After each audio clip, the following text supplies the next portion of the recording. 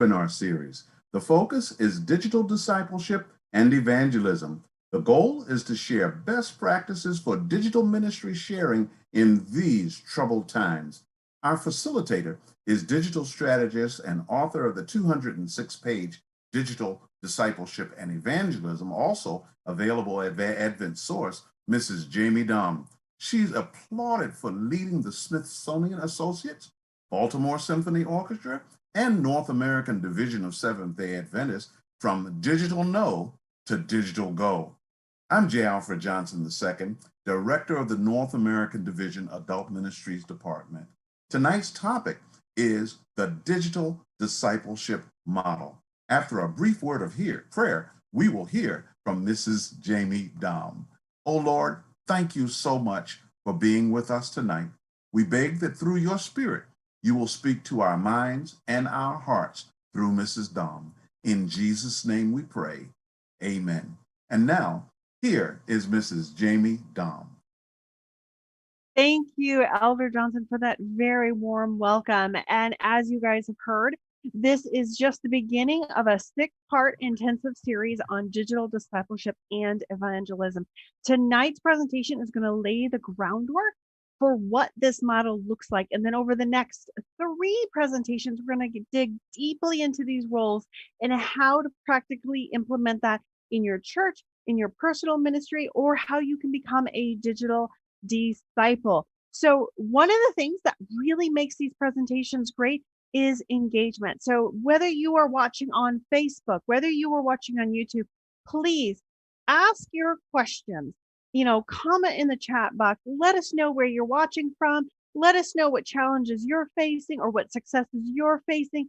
Let us know if any of these ideas really spark a light bulb of creativity in your mind. We want to hear from you. We're going to have the first part of this presentation is, of course, a presentation, and then we're going to have about 30 minutes for Q&A and discussion. So don't forget your questions. Comment with your questions. We'll take a look at them, and stay tuned. I'm going to share my screen, and without further ado, we're going to jump right in. All right. So I'm sure people are tuning in from all over and from all different backgrounds and walks of life. And a lot of what we're going to be talking about in this exciting series on digital discipleship and evangelism, if you don't know already, this is my favorite topic. But really, it's about reframing what you already know, but for the digital space. This is nothing new. Now, that might seem strange to you because the digital mission field is wide open. It's new and it's largely untapped. But these principles are built on the shoulders of evangelistic giants for applications in our modern world, in this digital world, in this post-COVID world, or whatever we're calling it. This is a model for truly rethinking how we share the gospel message through digital tools and technologies. It's about rethinking how we spend our time online and the purpose of how we spend our time online. The platforms will change. That's inevitable, but the concept will not. Many of these are actually biblical concepts that we can use these digital tools and technologies to scale up while being more targeted in our approach. Now, how this plays out in your congregation, in your personal ministry, or whatever have you, will depend entirely upon your congregation, your resources, whether that's human, whether that's financial, or access to tools, and what makes sense for your community and the people you're trying to reach. But what we do know is that there is a great need for a cultural shift, prioritize technology in the Christian church at all levels. This is a model for how the local church can embrace digital. This is a model for how individuals can take an active role in digital discipleship and evangelism. All right. So, simply put, what is digital discipleship and evangelism? It is simply a way to activate your social influence or the social influence of a membership of a church to build a bridge to the local community, to develop those meaningful understandings of people's felt needs. We're going to talk about how this is following Jesus' example and how we can use these technologies to really listen, to really understand, really connect with our community so that we can find relevant ways to serve the community both inside and outside the church. So we're going to talk about how we can strengthen our internal community as well. It's a tool to scale up friendship evangelism and empower your congregation, or just simply empower you to be actively involved in the larger goals and mission of your church, or to strike out on your own and launch your own digital ministry. We need digital missionaries. Now, simply put, digital discipleship and evangelism is how we can reach seekers today. The way people search today, it's meeting people where they are in this vast digital mission field. The largest country in the world is online, and this is where a lot of people are spending the majority of their time. So what do I mean by that? And now I will say this before we jump into the numbers. It takes about a year to get new numbers. So all of these numbers, consider this a pre-COVID foundation. All these numbers are probably going to be minuscule in comparison to what we're going to see in our new reality of how people are spending their lives now. So to get started, when we look at how much time people actually spend online, the average person, now this is across all generations, spends over 5 years on social media alone. Just 5 years. That's crazy.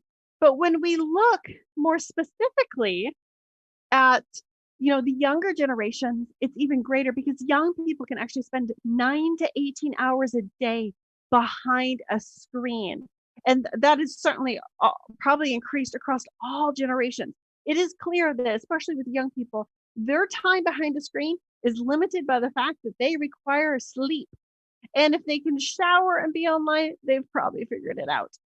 So when we look at also how our time spent online and how we socialize compared to how we socialize in person, things have changed dramatically. When I was a child, it was very common just to show up at people's house, and it was exciting if someone stopped by. People don't do that anymore, especially with COVID. We actually spend 3 times as much time on social media as we do spend socializing in person. We spend more time texting each other, more time, chatting with each other, sharing posts, tagging each other, engaging in digital spaces with each other than we do in person. And the interesting thing is we have this roadblock in our mind that somehow digital tools and technologies are separate from our faith and are separate from our real life, but it's all one experience. It's all one faith experience. And we'll talk about how we can, break down that silo and really use the digital space for this purpose. When we looked at how many people are actually attending church, we have 9+ hours a day to connect with 80% of people who are not actually attending church. Only about 20% of professed Christians regularly attend church. So we have to ask, how do we reach that 80%? Well, as I just said, we have over 9 hours a day to connect with people online. And this is where, we talk about a biblical concept is meeting people where they are, not where we want them to be. People are online. It's easier to connect online. It's easier to talk online than it is to meet in person. And this was true even before COVID.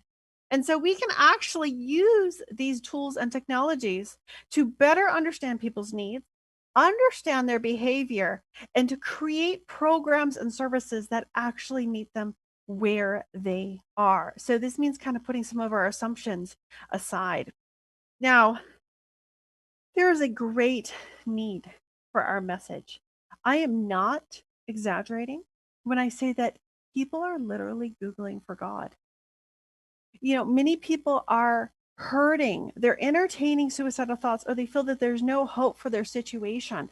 Every year, there are millions of Google searches for answers to questions like, is God real? What happens when we die? How do I know I'm saved? Why is there so much suffering in the world? And I would add things like, why is God absent? Why does God feel absent? Where is God in times of crisis? And you know who's not answering? It's us. So people go online, they search for answers to these questions, and we are not present in a real and relevant way. People are turning to the internet for companionship, for understanding, information, anonymity, and more. It's easier for us to pour our hearts out online to a stranger than it is to come to a friend, a neighbor, coworker, or family member because of the fear of judgment. So there's a lot of opportunity here. We should be the voice that answers back. People should be able to find answers to these questions from a Christian and from an Adventist perspective. We have powerful truths that never before have people needed so badly as they need right now. They are stuck at home, and many of them are suffering from, basically desperation, different illnesses of desperation, whether that's mental illness, whether that's drug addiction, whatever it is, or just loneliness and isolation. We have an opportunity to be the voice that answers back and gives them hope and gives them wholeness. But right now, mostly when people search church online, what do they find? They watch people in a building, and now it's an empty building. So they just, get to see a pastor behind a podium. And the reality is people searching for answers need more than a program to watch. They need more than just watching people in a building. They need a community. They need engagement back and forth. They need someone who can answer their questions, who can pray for them, who can just sometimes just listen to them, whatever their felt need is.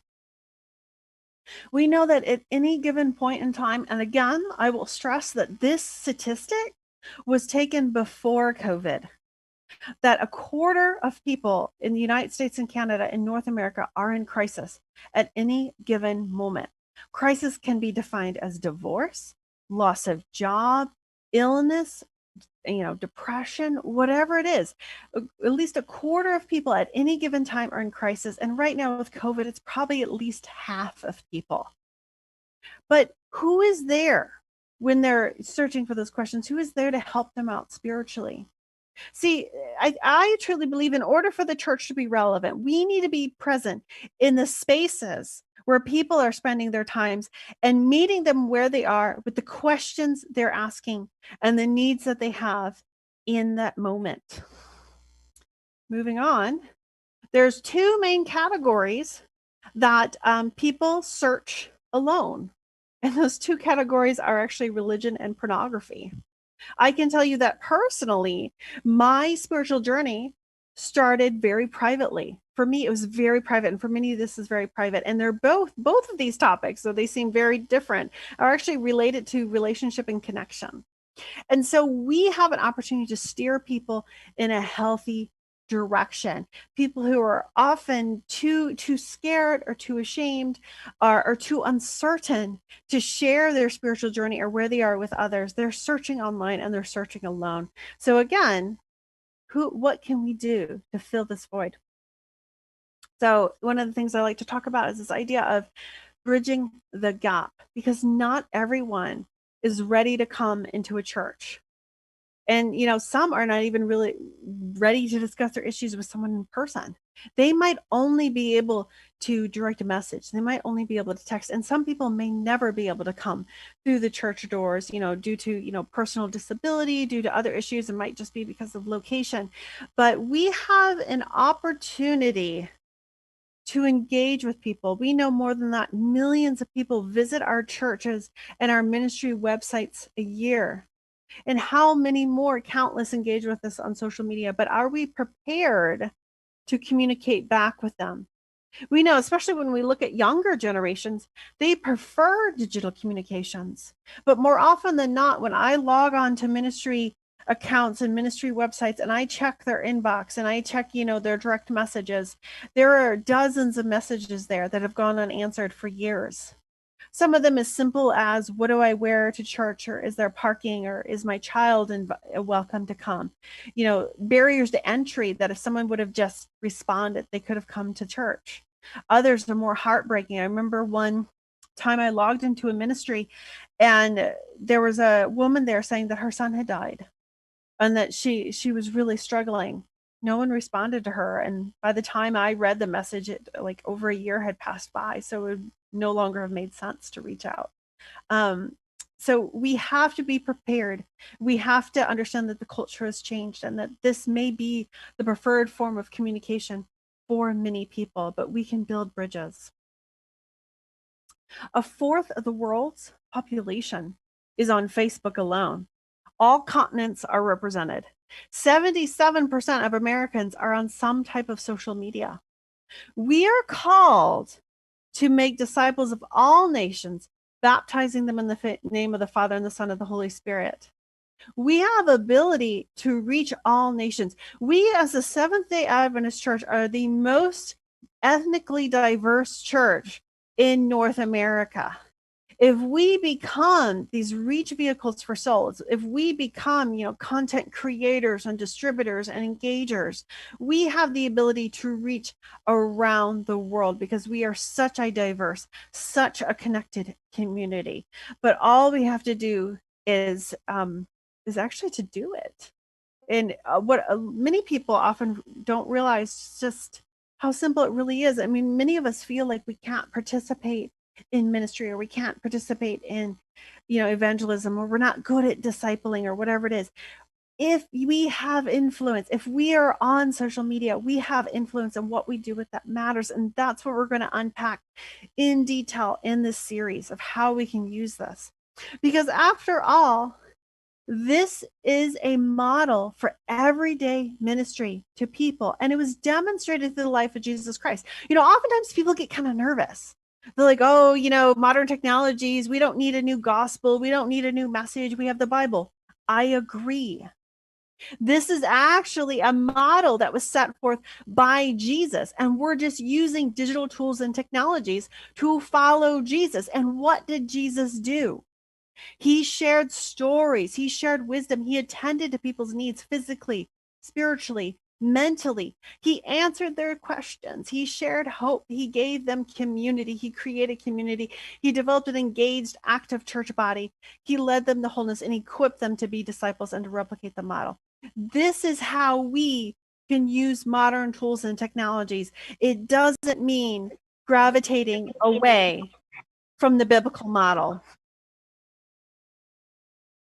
So what is the digital discipleship and evangelism model? It's actually surprisingly simple. It's created of three roles. You have content creators, or the creative. These are the people who are creating or packaging content, packaging this wisdom and this information, from the Bible, from, obviously the direct source being God. And then you have the distributors. These are the people that are pushing it out, who are engaging in something I call digital door knocking.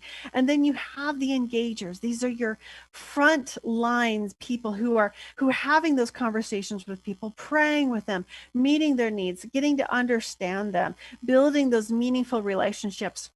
And the reason I put in a two-way arrow here is that there's overlap. Many of you might have members of your congregation who actually can fit in multiple different roles. Every member of your congregation who has a cell phone, who has an email address, who is on social media can be a distributor. They might not all be able to create content, and they might not all be able to feel comfortable engaging. But the very lowest, barrier, the very lowest entry level in digital discipleship and evangelism is they can simply distribute. And we'll unpack that in depth, I think, in the fourth part of our series. But as the Adventist Church, we should be on the cutting edge of teaching and preaching present truth.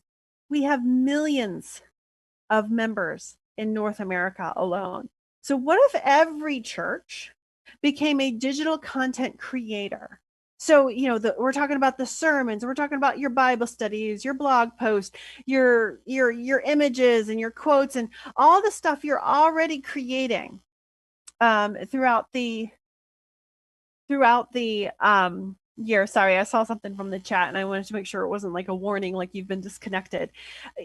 We as a church body, with the churches acting as content creators, the members can act as distributors and engagers. We as a church body could work together as content creators, engagers, and distributors to generate a mighty voice, that loud voice for sharing the gospel message. There is so much untapped potential in our local churches and the individual. We could overwhelm social media, this digital mission field, if you will, with truth, with messages of hope and wholeness. But in order to catch up, we must prioritize technology at all levels of the church structure. We must become as effective as secular organizations in getting our message out and reaching our target audiences. I believe that, while God doesn't do bad things, he doesn't cause the bad in the world. I believe he uses it. I believe he's using COVID to teach us to do church, to do mission work without the building, to be able to extend the worship experience beyond the confines of time and space in a building, to an actively engaged church that is ministering to people 24/7. So just like the apostolic church who took the gospel to new regions of the world because they were fleeing persecution, so too today we must take the gospel to the digital mission field. And the cool part is we don't even have to leave our couch. So now sometimes I get people who ask me, yes, but can you really make global impact? And even with COVID, even with everything that's going on, people are still, skeptical. And I get that. It's something new. It's something it feels very different from what we've already been doing. But I contend that it's not. But that question always reminds me of one of my first campaigns for the Adventist Church. So in the summer of 2016, I worked with a mission that is your best pathway to health. And my job was to create community awareness for the free mega health clinic that they were doing in Beckley, West Virginia, which is in the heart of Appalachia, for those of you who don't know. I got a call from a friend who had found out in the trainings that I was actually doing some promotions. So we were doing the traditional promotions. We were doing the flyers and, everything else that typically goes along with these events. But I was charged with a small budget to actually create awareness online. And so I was, doing, just like paid ads and just promotions and sharing and doing, partnerships and stuff like that online. Well, I got a call from someone who was very, very upset about that. And she felt I was wasting the tithe dollar. I was only spending like $220, and that I was completely disconnected from this community because, of course, this community isn't connected online. Like many of these people don't have electricity, they don't have running water. Who do I think I am that I could reach, people in this area, using social media? She felt that I was completely disconnected, that, I was in DC in an ivory tower, completely unaware of the situation of the people I was actually trying to reach. And so I listened because for me, it was a learning moment to see what I was up against because I was new for working for the church, but it was also a teaching moment. Because what she didn't know about me is that I'm actually from an area that's, quite similar. And when she was done airing her grievances, I asked her one simple question, and that is, do you know someone who is not on social media? And she said, well, yes, of course. And so I followed her up with another question that was like, well, if you saw an online advertisement about a free medical treatment with no strings attached, and you knew they needed help, would you tell them? Because what I was thinking was what happens in the digital space is not confined to the digital space. Because what I was doing, and I explained this to her because we were friends, and I respected her because she was older. And what I explained to her is I was making a strategic decision to activate the sharing power of the population within 50 miles of Beckley, West Virginia, that was online, because I could go online and I could see that there were 200,000 people on Facebook alone within 50 miles of Beckley, West Virginia. Now, the fact that they were online and they had a Facebook account probably meant that they were in a better situation than the person, who doesn't have running water, who doesn't have electricity, and certainly doesn't have a smartphone. But what I did was I decided to activate the sharing power of those 200,000 people who were online, because I knew that they did not live in a silo. I knew that they were most likely connected to the other community members who were not on social media. And so we ran the campaign, and of course I was nervous, and there's a lot of prayer involved. But when we did the exit surveys, social media outperformed all the traditional advertising and was second only to referral or a family member. And based on those anecdotal testimonies, word of mouth, friend or family was largely driven by social media and those related digital campaigns. Because what we found is that the grandchild or the daughter or the neighbor saw the promotion and went and shared the good news of the opportunity with the person that they cared about in the community. And so this is how we can have global impact, because what starts in the digital space is not confined to the digital space. And again, this is, this ties into why most people actually even share content online.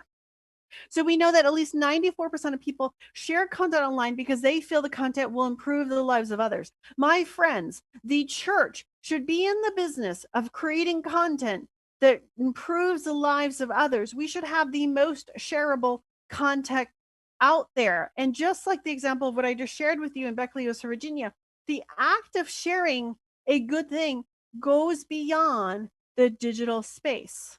So our challenge, if we want to have global impact, if we want to reach the unreached, is to reach those online and activate their online and offline sharing power of those we connect with, because people don't live in silos. My life online, my relationships and my conversations online, and the things I talk about and share with my friends through digital tools and technologies is not separate from the conversations I have with them in person. And so we want to dig deeper and see how there's actually a biblical model for this. When we look at what Paul did in Acts at the school of Tyrannus, in the city of Ephesus. Now, Ephesus was an important port for trade and commerce, like the internet. It attracted people from all over the Roman Empire. It was actually, we don't tend to think of the ancient world as diverse, but it actually was quite diverse.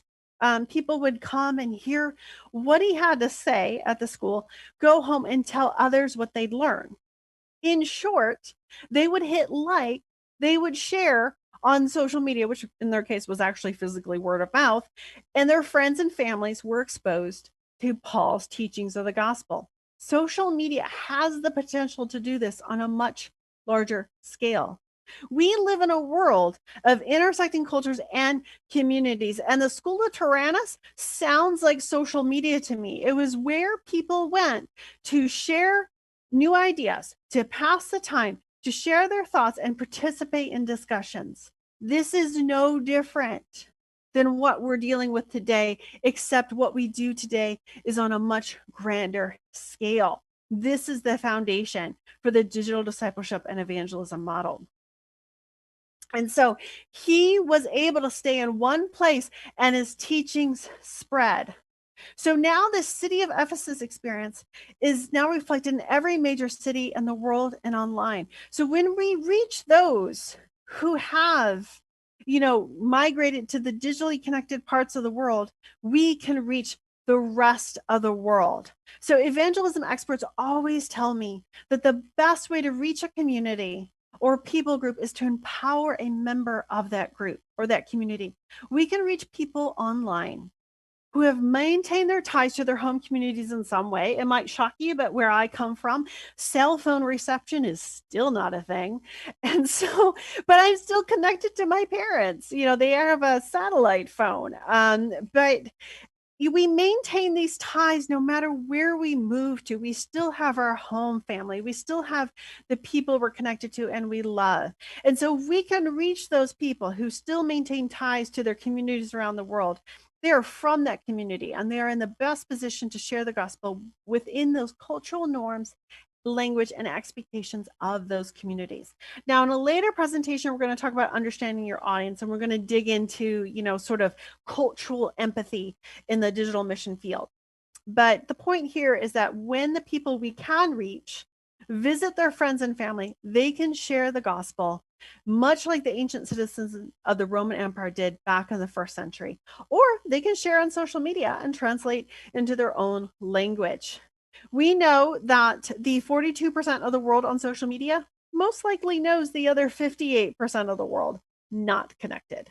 And so that is sort of the foundation of this model. This is really what we're going for, because this is how we can obtain global impact.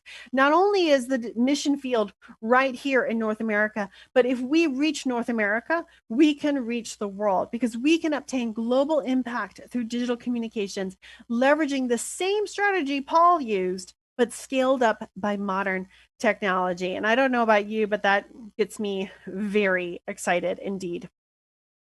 So now I'm just going to go into a little bit of how we should think about the seeker's journey. Now, for those of you who might have a background in communications, or you're older and so you know the traditional evangelistic methods or the traditional marketing messages, marketing is really just evangelism. A traditional path might look something like what you currently see on the screen. It's basically a linear path.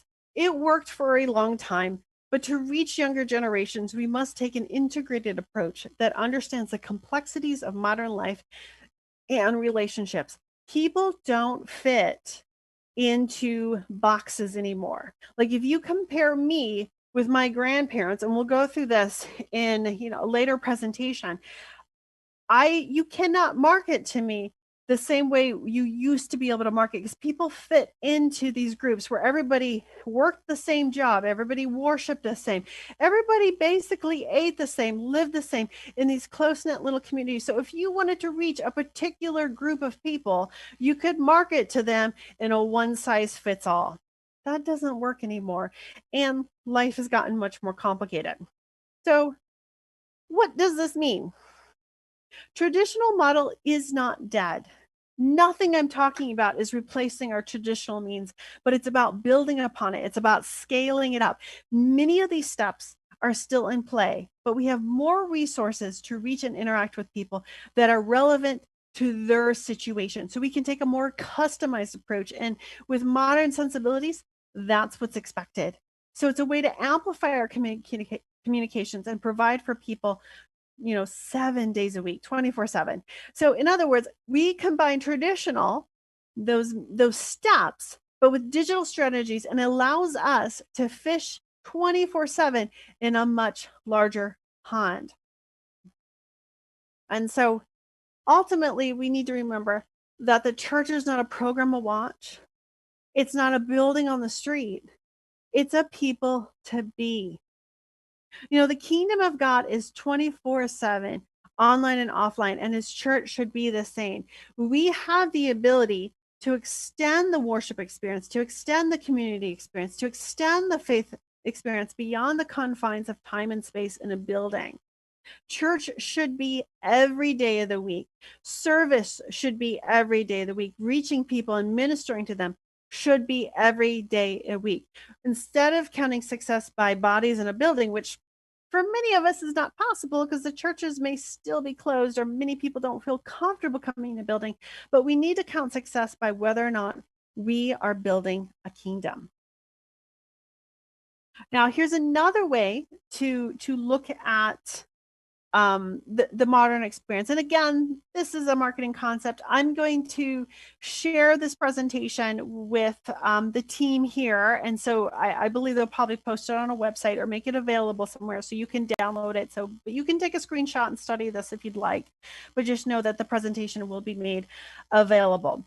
So we can understand sort of the modern seeker's journey as a process of a funnel. And this is where every person is kind of funneled down to a goal, which traditionally was to become a member.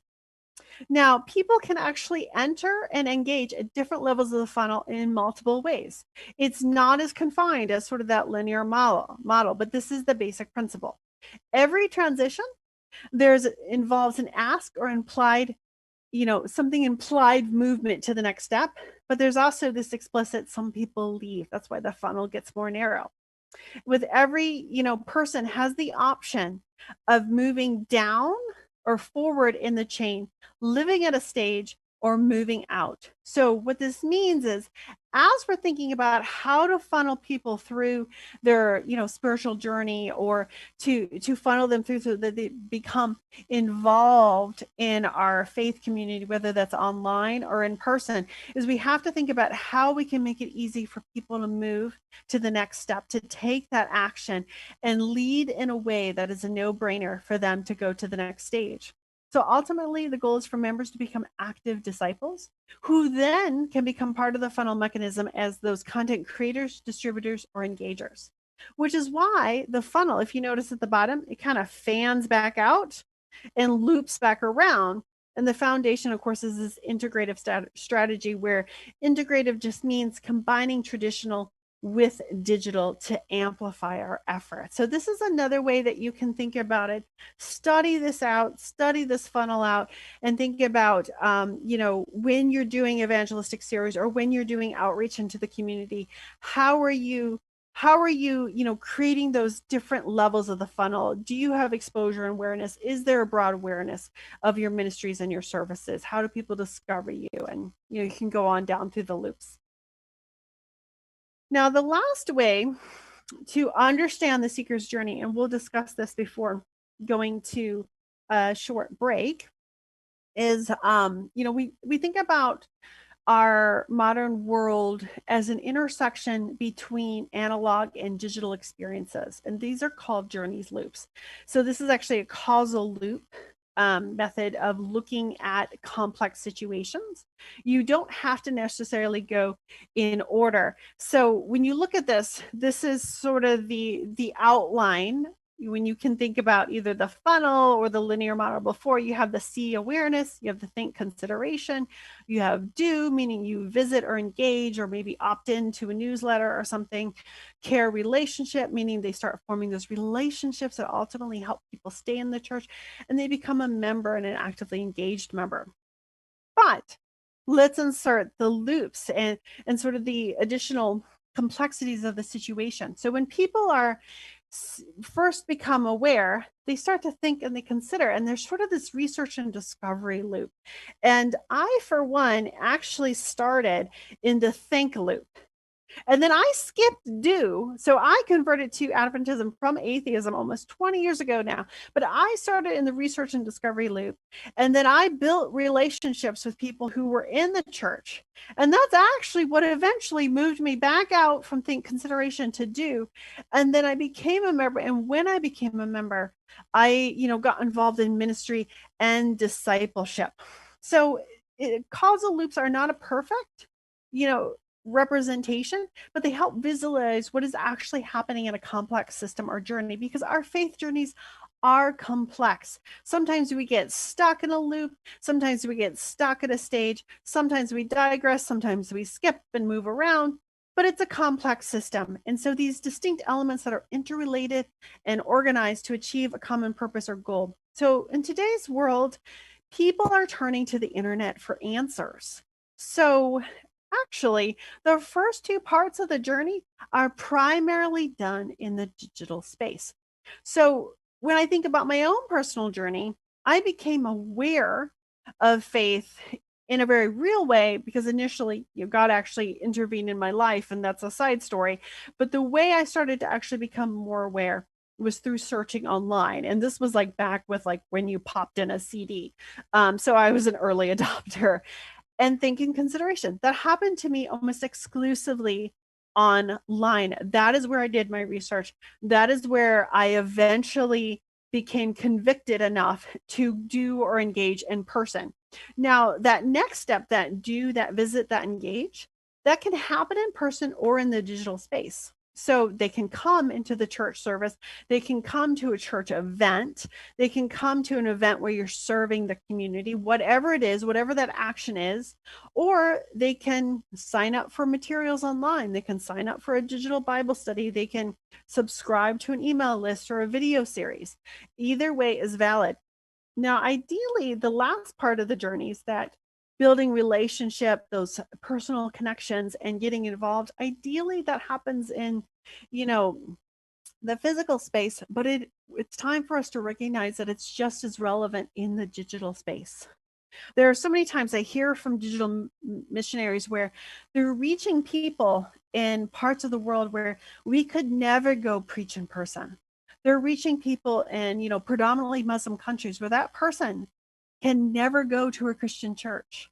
There's just not a Christian church around. And so their relationships that they're building online and their involvement as, an online member and, in ministry or discipleship, that is just as valid. So, based on a person's situation, it's going to be different. It's going to be unique, but this is one way to really consider what a seeker is going through. And remember, our spiritual journeys don't happen in a silo. I don't view my spiritual journey from, the research I did online as separate from what I've experienced in person. It is all one arc. And for too long, we as a church have separated the two when we should actually be embracing these technologies. We should be actively sharing our faith and our messages in the digital space, because from the seeker's perspective, it's all one journey and we need to be present where they're spending their time. And so we need to seek to find ways to extend the church experience online. So with that, we're going to take a quick commercial break. And then when we get back, we're going to talk a little bit more about what digital discipleship is, who's involved, what the tools are, and the importance of digital curb appeal. Our fight against coronavirus isn't over. We still have to slow the spread and do our part. Let's wear face masks in public. Stay 6 feet or more from others. Follow state and local guidelines. Wash our hands frequently and stay home when we feel safe. For ourselves, for our loved ones, for our future. Let's move forward together.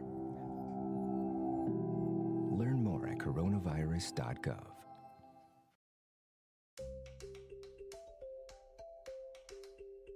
The Amazon Echo Dot is a hands-free voice control device that uses far-field voice recognition for voice-activated digital assistants. The North American Division Adult Ministries Department, with the aid of very talented Alexa programmers, has developed an Alexa skill for the Adult Bible Study Guide. This resource for the Echo Dot is in response to today's demanding, fast-paced society, delivering on-demand audio sharing and the Daily Adult Bible Study Guide. As the program develops, there will be more commands and features programmed into the Adult Bible Study Guide Alexa skill. The North American Division Adult Ministries Department is proud to present this innovative tool for Bible study. This skill is now available in the Alexa Skill Catalog on Amazon.com.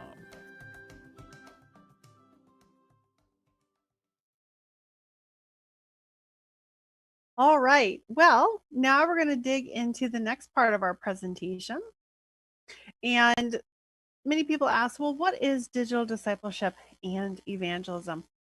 Simply put, I want you to think of it as a way to build relationship, to meet the needs of your community and advance the gospel message in the digital space around a digital need or by utilizing a digital tool. It's basically serving others, improving the well-being of others, and sharing the gospel.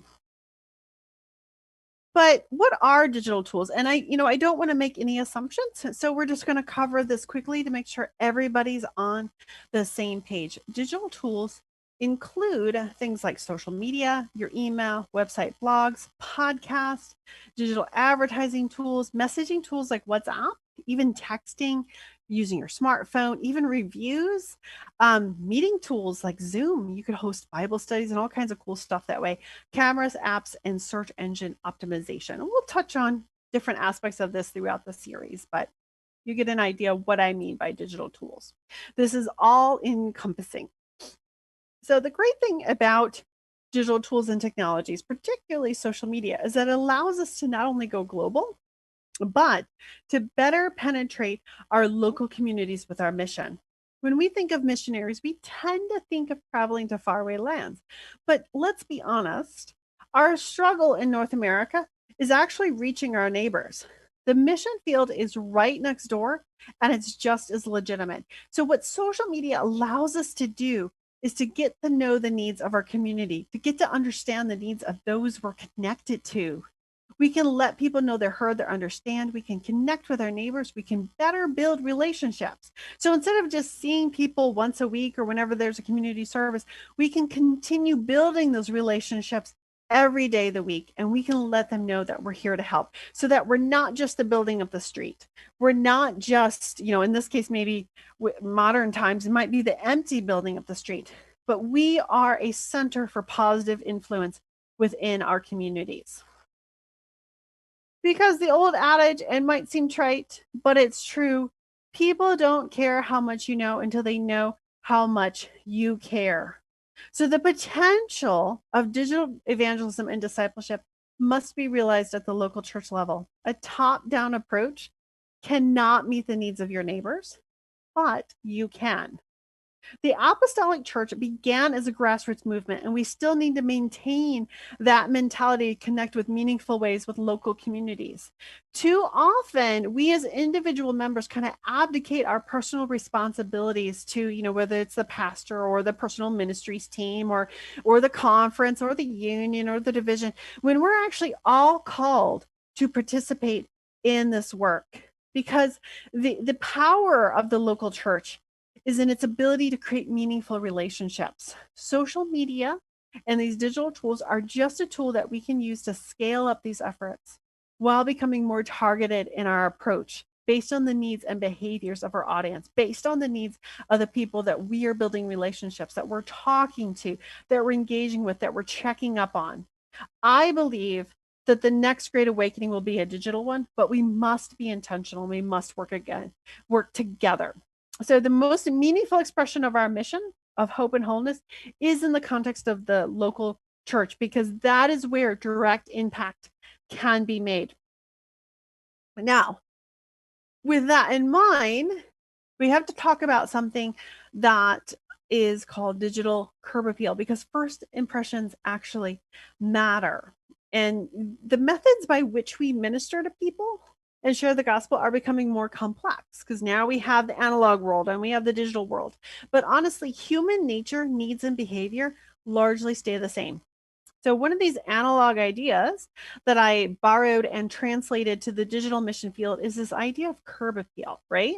So long before the internet and 360 video, real estate agents and pastors would actually focus their attention on finding ways to optimize something that we called curb appeal. So if someone was interested in buying a house, the realtor would fix up the outside, make it look really nice, so that if people drove by, they would then be more likely to call and to book an appointment. This is still important today, but now we have this need of digital curb appeal, because nearly almost 100%, 97% of people search online for local organizations. Nearly half of people say a church's website is important in picking a church to visit. And for many people, 33% of people is where they initially learned about their church. And, I would love to see if they can pull a number on how many people initially learn about their faith online, because I would fall into that group.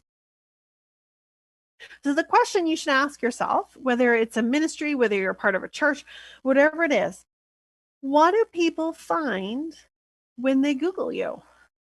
When they Google your church? Is the content up to date? Is new visitor information easy to find? What are those barriers to entry? What are those questions they might be asking that if they don't have an answer for, they're not going to come, or they're not going to participate, or they're not going to watch online? Are there pictures, testimonies, and stories that reflect your church community and are inviting to others? Is it clear what services and opportunities your church provides?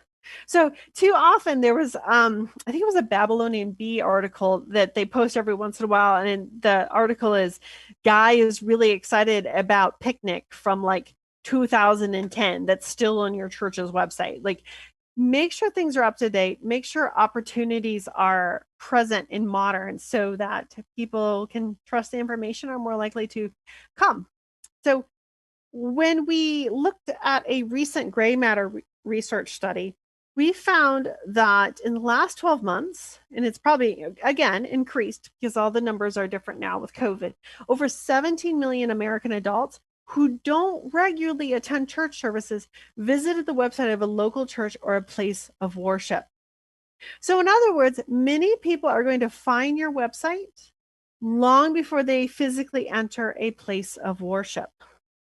So, and in many cases, your church presence, your digital presence, whether that's on social media, whether it's your website, whether it's on YouTube, will be their first introduction to your church and possibly the faith as a whole. We have a large portion of our population that is completely unchurched. So, what do they think when they find your content?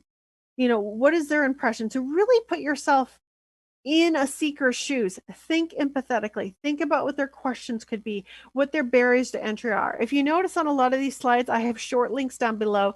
This is an article that digs a little bit deeper into that. So if you really want to learn about digital curb appeal and get a checklist for the things that you can make sure you have covered, go to that link down in the bottom right-hand corner.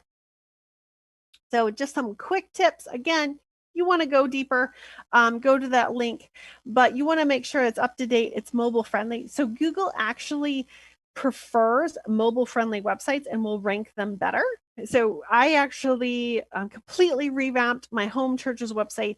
And prior to COVID, we had people coming in every week who found us online and liked our website and were coming in. And so it really does matter, because where we live here in the DC metropolitan area, I think there's something like 80 Adventist churches.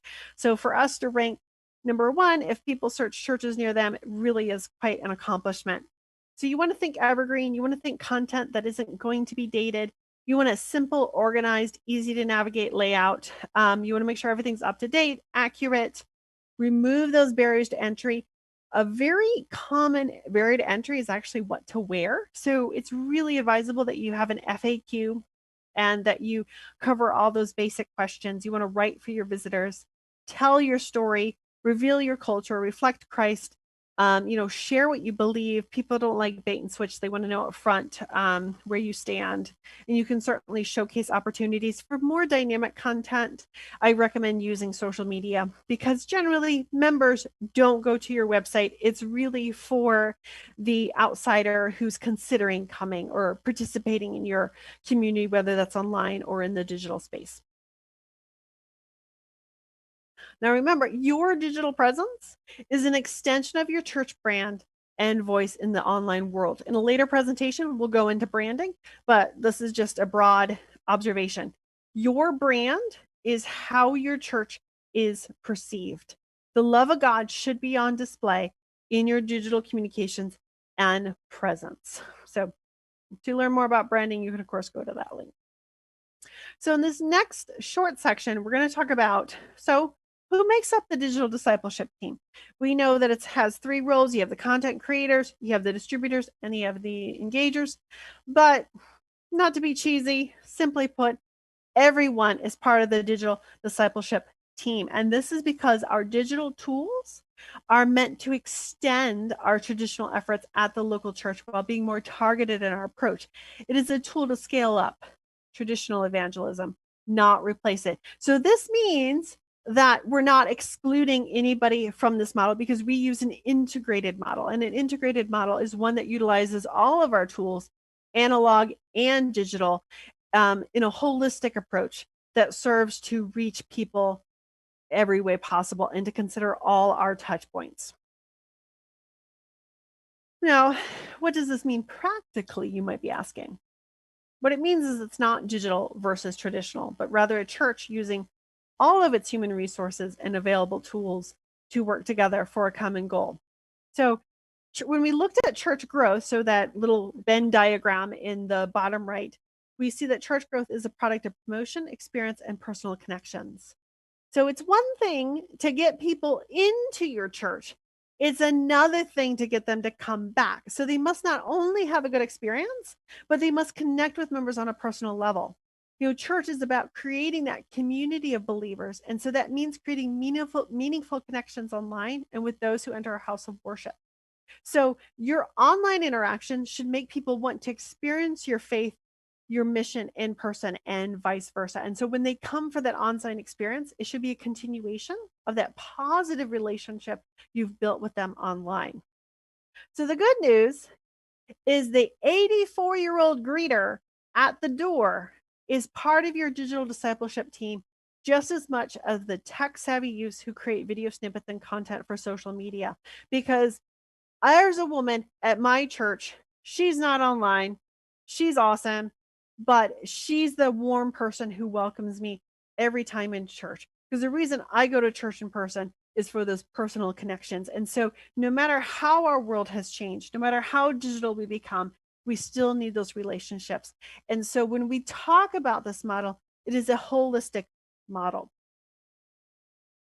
It's a holistic model that looks at every touch point. And again, you can download this presentation. You can study all these touch points, or this is also available in the book. There is a lot of overlapping functions, and most people don't interact with your faith community or your church in just one ways. So you want to think about where your experience breaks down, all the different ways you interact with people, and how you want to be known. Part of this means making room for digital discipleship and evangelism. So for too long, the church has not done a good job of valuing the tech savvy and the creatives. So we know the spiritual gifts of hospitality, of teaching, of preaching, and prophecy, and all of that. But we need to empower and recognize talented young people to form teams of content creators, distributors, engagers. Most of us probably have members of our congregation who could specialize in certain areas. These can be powerful ministry opportunities, personal ministry opportunities, especially for those really empathetic people. We all have that.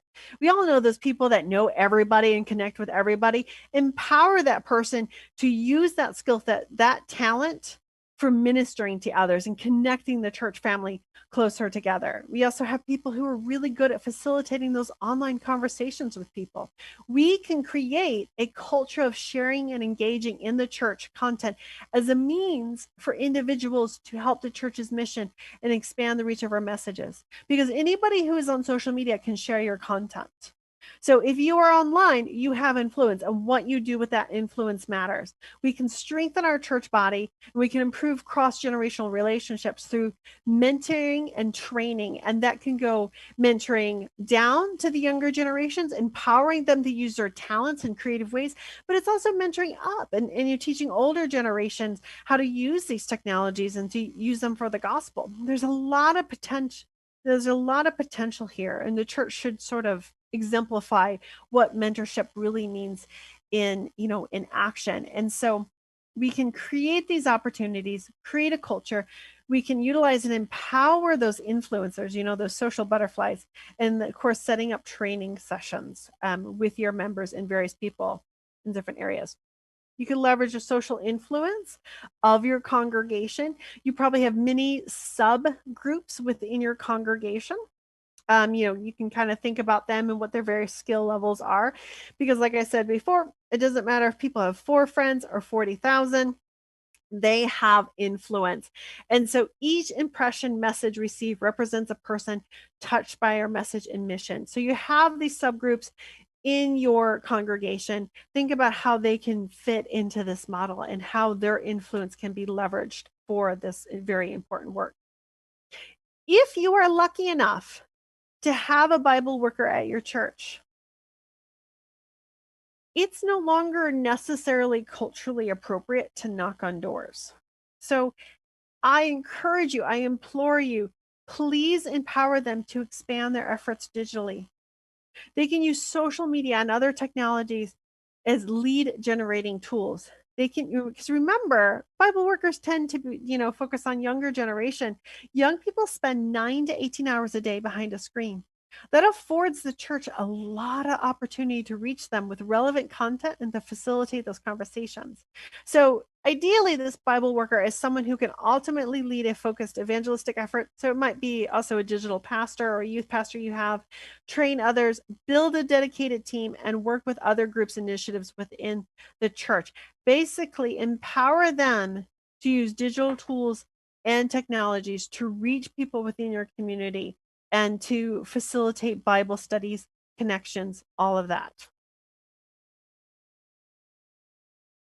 All right. So the last topic we will cover before going to, I think, a quick commercial break and then Q&A is this idea of a strong foundation. Now, in a later session, we're going to go into this in depth, but if you want to get a sneak peek, you can visit that link. But I wanted to touch on this topic here before we go into the next 3 sessions where we dig deep into the roles, because I get a lot of comments or I hear from people that they get a lot of criticism because people think Jesus is our rock and not worldly marketing best practices. That is not wrong, of course. Jesus is our rock, he is our foundation. Everything we do should be built upon the examples that he set for us. Everything we do should be for his glory. But I believe we have a responsibility to educate ourselves in the most effective ways to reach people. So I know a lot of people in your congregations, you may get pushback, you may get resistance to these ideas. But I always say, I challenge that resistance, and I say, how much more effective can we be if we practiced good stewardship through proper organization and planning? The Bible teaches us that a strong foundation is important, and we should take this wisdom seriously. So when we talk about marketing best practices, when we talk about these ideas and being more strategic, it is a matter of good stewardship. It's a matter of investing money in a way that's lower cost but greater impact. And, like I always said, a wise person once said, don't pray for the things you can or should do yourself. Ask God to do the things only he can do. If we set our minds to it, if we learn to use these tools and technologies for all their worth, I believe that God, the Holy Spirit, will bless us and magnify us. We won't go into the foundational principles just yet. There's a whole presentation, but again, for a sneak peek, you can check out that link. So I just want to say, if you guys don't have the book or you're curious about the book, you can get the book in print or digital formats from Amazon or Advent Source. There are 2 links there. You can get it from Advent Source at sdadata.blog/book, or you can find it on Amazon, sdadata.blog/Amazon, or you can just search the title of the book and my name. I've only written 1 book. It should be easy to find.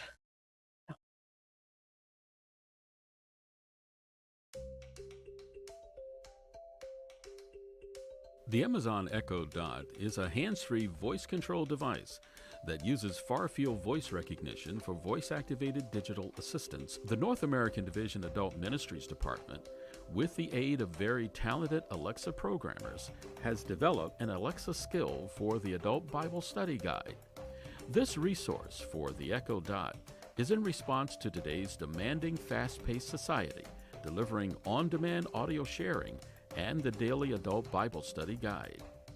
As the program develops, there will be more commands and features programmed into the Adult Bible Study Guide Alexa skill. The North American Division Adult Ministries Department is proud to present this innovative tool for Bible study. This skill is now available in the Alexa Skill Catalog on Amazon.com. Our fight against coronavirus isn't over. We still have to slow the spread and do our part. Let's wear face masks in public. Stay 6 feet or more from others. Follow state and local guidelines. Wash our hands frequently and stay home when we feel safe. For ourselves, for our loved ones, for our future. Let's move forward together. Learn more at coronavirus.gov. All right. So I see some comments so far, but please keep them coming. Please ask more questions. One person says from Facebook, Allison Down, why is it then that young people are complaining that they are zoomed out? I want to be in person.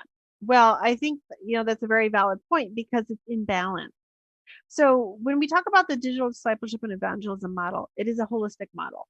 And right now, people aren't getting that in-person connection that they need. And so what I would recommend is, we use the digital space for awareness, for relationship building, for creating that content that moves people through their spiritual journey.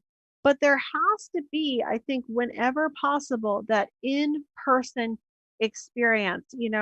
Yes, everyone is zoomed out because now it's the only thing. So if you have young people who are local or just people in general who are local, now's an opportunity where we can minister to our community by possibly creating outside opportunities for people to connect or at least see people. People have been really creative with drive ups or outside like bonfires. I know our church is doing outside bonfires for young people. So I think the issue that you're touching upon there is just it's an imbalance. It's not a holistic model, and they're not feeling fed in the spiritual sense. So before they only got to experience church in person, now nothing's in person. And so what we really need to do is come up with a balanced approach that feeds people 24/7, allows for that digital experience that touches people's lives every time of the week. Just like you have a friendship. Think about it this way. I have friends that we text all the time. Life is busy. Once you reach that certain level of adulthood, it's like you kind of have to schedule a week in advance to see your friends. But you still have that time you meet each other, but you're still growing the relationship almost on a daily basis, whether that interacting with them through social media, whether it's talking to them on the phone, whether it's emailing them, whether it's texting, but ultimately you still meet up in person. And I just think the problem we have right now is there's that lack of the in-person component. So we've kind of flipped it the other way, except right now the church isn't really on board with ministering to people. Well, it's not that we're not on board, but we're not equipped, we're not actively ministering to members and young people every day of the week through digital tools, and now they don't have that in-person experience. So just to summarize, that was kind of a lengthy response, but we went from only having a church once a week to now people just aren't being spiritually fed in person or online. And this is where we have an opportunity to change that. So, yes, and I agree. COVID is really God's way to get us out of the building and into the community. I think, the church doors are going to stay shut or limited until we figure out how to do this. Because again, I truly believe our faith is not once a week in a building. We are a people. We are not a building. We should be sharing our faith. We should be ministering to others. We should be connecting with others. We should be spreading the gospel 24/7. And we need to have those moments where we come together and we minister to people in person. So it's about that holistic approach. It's about those touch points. It's about, meeting all the needs of people. Now, someone is asking, will these presentations be available on this YouTube channel? I believe that is correct. I believe that this is being saved. I am going to provide the PowerPoint, so you should be able to download those as well. I'm not sure where they're going to be downloaded, but possibly they'll be linked in the body of the email. And Allison also mentions this is what total member involvement is about. Exactly. This is a way that everybody can get involved in ministry. Everybody can be involved, young, old, tech savvy, not so tech savvy. There's a place for everyone. And so somebody is asking, what is your experience with small, rural, older generation church with no teens or millennials? So interesting enough, in one of the presentations, we're actually going to cover a case study, and I actually use my case study. Now, we're not country. We are in the DC metropolitan area, but the vast majority of our members are over, I would say probably over 60, and they're not super tech savvy. But think about it this way. 77% of Americans are on social media. Most older people are on at least Facebook. So if your average person if you have a small congregation, so we have a small congregation of about 150 people. And prior to COVID, I had rallied the troops to get them to participate in digital door knocking. So sharing about our holiday events with their friends, forwarding emails, sharing on social media, doing all the things that I was encouraging them to do. But if you think of a small congregation of 150 people, if they even have a tiny bit of connections online, and I'm talking email, text, social media, let's say they only have 50 contacts between social media, email, and text. 150 then has the potential to reach 7,500 people. But if you also look at 150 and see the average person has about 300 or 400 connections, say just 350, still conservative, that's the reach of 52,000 people on a weekly basis. If everyone were to commit to sharing and engaging, you could dramatically expand the reach of your messages, of your ministry within a community. Somebody also mentioned that they downloaded my guide to how to start a YouTube ministry. Um, I'm glad. That's fantastic. And you do not owe me money, even though you say you do. You don't. It's a free resource to everybody who wants it. And you can actually visit, for those of you who are listening, you can visit my website at jdim.digital. And you can actually download a copy of that yourself. And it's a comprehensive guide on how to start or to revamp your YouTube ministry so that you can reach more people. My husband and I have a personal digital ministry that we've launched on YouTube called Angels in the Glen. We have utilized all the techniques outlined in that guide.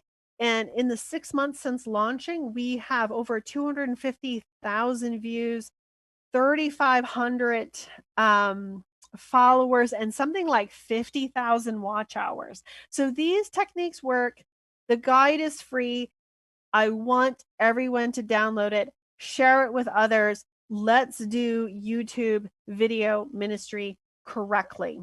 So you don't need, so the answer to that one question about my experience with the older generation, I have found, particularly with my church, they're really committed. It's a close-knit community. These people moved my wedding the week of my wedding. If people are rallied up, if you have a good community, an older congregation can do amazing things in the digital space. We were able to fill our church to capacity at holiday special presentation events, and over 50% of the people who showed up for those events were non-Adventist. And a lot of them were actually completely unaffiliated. So it was pretty amazing. And that's just through the power of sharing, people telling their neighbors, people telling their coworkers. It's possible. All right. Now, another person, Almakar, sorry, I'm not good at pronunciation, Groschel Jr. is asking, do we already have measurement tools and hard data on the direct impact of digital evangelism in membership increase? No. So I say that kind of jokingly because, guys, this is new. No one is really doing it. I'm actually getting ready to launch a pilot with the Mount Fisgay Church down in Florida, in which we're doing a pilot towards unchurched people using digital tools and technologies, a holistic method, and we're going to see what happens. But here's the thing, anecdotally, from all the different campaigns that I've been involved with, I know, there was one series that we did in Maryland, and it was Revelation Speaks Peace, and a lot of pastors ended up live streaming it. And we had dozens of people who were baptized who never came to see the presentation in person because they couldn't. It wasn't physically possible for them, but they were able to meet with the pastor, connect, do Bible studies. So I can tell you this works. I can tell you from the testimonies of our own digital ministry that we've launched online that people are being committed to keeping the Sabbath. They're committed to God's law. They're committed to Bible study. They're committed to going deeper in God's word. So I know it does work, but we do not have a concentrated effort in the church where this has really been done in a large scale way. So I'm really excited with what I'm doing with the church down in Florida. I am hoping and expecting for great results. We have it set up so that we should be able to collect people's information, minister to them, pray with them, meet their needs, whatever they are. It's going to be a great series. Now, Paul Cassidy on YouTube is asking, will the rest of these presentations be every Tuesday at the exact same time? So actually, Paul, they're going to be every other Tuesday. So our next presentation, and I don't have a calendar, but let me see if I can pull it up real quick, is going to be not next Tuesday, but the following Tuesday. So the 26th at the same time. So they're always at 7 p.m., but they're every other Tuesday through the end of March. And I would encourage you guys, share this video with others. Once they add the presentation link, download the presentation, send it to others, talk to your congregation, talk to your ministry members, get them involved, get them excited again. Now, someone's asking, say your website again. Yes, it is JD, as in Jamie Dom, IM. So Jamie Dom Integrative Marketing, JDIM.digital. And there you can go to resources and publications, and you can download that free guide to how to launch a YouTube ministry that is effective. So, do we have any other questions? I think I covered everybody. Let me just see. I'll scroll through the questions real quick. Okay, so Allison Down also mentioned that our budget should be used to reach these people. Yes, and I have to tell you, and we'll cover this in later presentations, but a little goes a long way. We can be so much more effective when we utilize digital tools and technologies to cast our net wider. And one of the amazing technologies you have is, of course, you have targeted advertising through social media, but you also have Google keyword search. This is powerful. So you can actually, if you launch a series or you have content specific to a specific theme, you can actually bid on keywords related to that theme. And so when people who are going to search for your content online, they can receive an ad with the exact content related to their search to go to your website. So there's a lot of opportunity here. It's highly cost effective. The campaigns that I'm running now, it's 3 cents per click through to your website. It's extremely affordable, but also if you just use search engine optimization best practices, if you go to my website, there's also a comprehensive guide that you can download on SEO for your website, along with YouTube.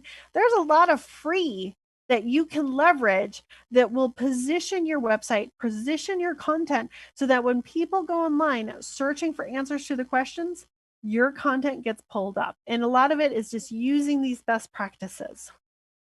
And hopefully I've made it easy for you guys with these resources. Oh, someone's asking the ministry for my husband and I. So I don't know if I'm supposed to mention it on that, but it's you guys can rebuke me if I'm not supposed to say it, but it's angelsintheglen.org, and it's basically my husband's Daniel and Revelation class. It's a comprehensive class online, and it's angelsintheglen.org, but we're also on YouTube. And so he's taught the class for many years, and we decided to put it online, not knowing COVID was coming. And it has already exceeded our expectations, because you guys, right now, people are worried. They're scared. They want to know what's happening, and they want to know what the Bible has to say. And we really need to get our messages out there.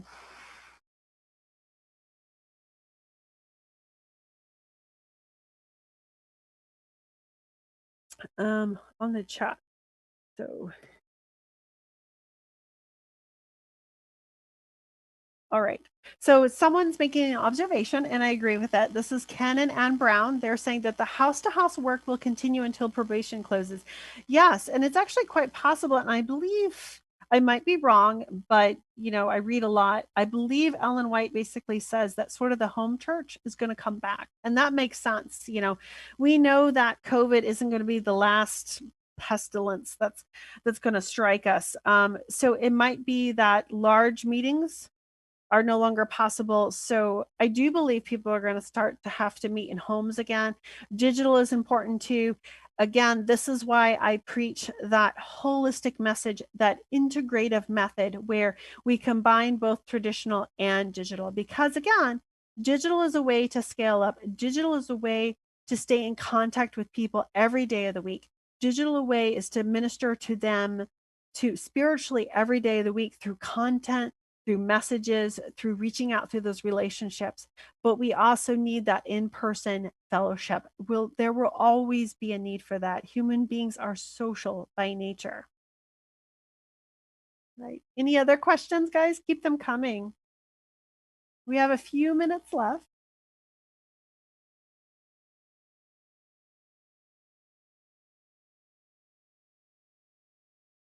I'm just going to scroll through here to see if I've missed anybody. Or if you guys have any observations, or actually next week too, you can also follow up with any questions you had from this week. Will you be following, so someone has a question, will you be following the same organization of your book in the presentations for the future group study? Kind of. So if you're asking because you have the book and you want to read ahead, you can certainly do that. So for the next 3 sessions, we're going to start with content creators. We're going to spend a whole session talking about the role of the content creator and breaking that apart. Then we're going to talk about engagers. And honestly, engagers are my favorite role because you can literally save lives. And we'll talk about what I mean by that. And I'll tell you that I'm not exaggerating with that. And then the 4th presentation in this series is going to dig into that distribution role, that digital door knocking, that's something that literally everyone can do. So we're going to hyper focus on those roles. And then the final 2 sessions are going to be understanding your audience. That one's kind of a hybrid of some of the stuff. It's in the book, but it's also some stuff outside the book. And then the same with the foundations of a digital strategy session. That one's going to be basically a step-by-step process for building your digital strategy. So it's going to be a little different than the series of the book. But if you're looking to kind of read ahead or skip ahead, you can kind of focus in on those sessions and then also bring your questions if you have the book. Okay, hold on. Anika's asking me for my website. I'm just going to grab it and send it to you. Sorry about that. I don't know why it's not working for you. There you go. So also www.jdim.digital. And I can see you guys visiting my website. So I see that somebody came from Guadalupe, someone from Decatur, Georgia, someone from Brampton, Ontario. So we have an international audience watching. Atlanta, Georgia, Trinidad and Tobago, California, Vermont, Rhode Island. So yeah, it's great to have so many people watching.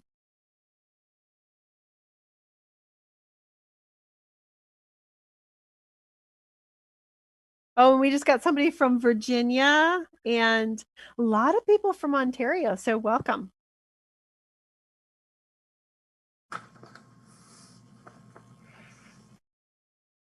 And we have New York and Kentucky. So does anybody have any other questions for me? Or do you, Elder Johnson, have any questions or comments or thoughts that you would like to share?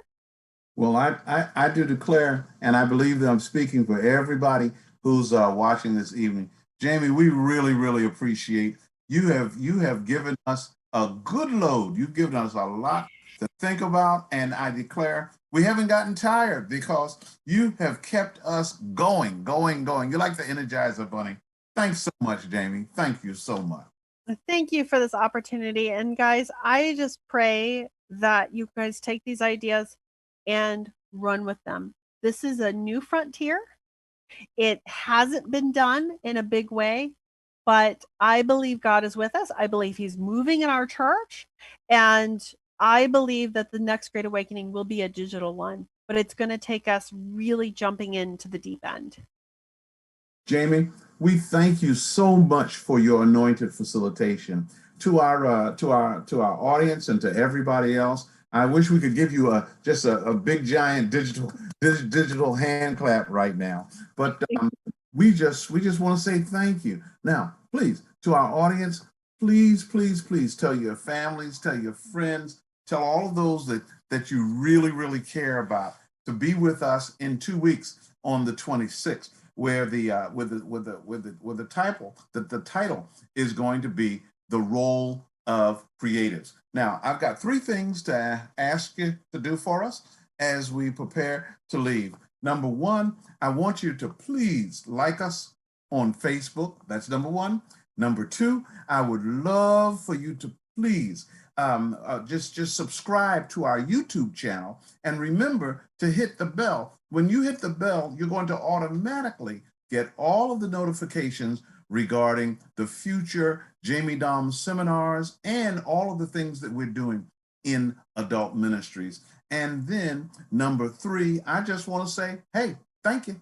Bring your family and friends, and know that this seminar series is being archived on our North American Division Adult Ministries website, www.nadadultministries.org. Please, let's seal this night's messaging with a prayer. Oh, Jesus, we thank you so much for the anointed facilitation of Sister Jamie Dom. You have gifted her, and Lord, we are going to be better. We're going to be stronger. Your kingdom is going to grow as we place these principles into practice. Guide us and direct us. We pray that you would give open minds to the members of our congregations, that they may receive these things. And we know that your power is going to be with us. Thank you. Please give us good night's rest tonight. In Jesus' name we pray. Amen. So looking forward to you on the 26th of January. I'm J. Alfred Johnson II, and I'm here to say, have a good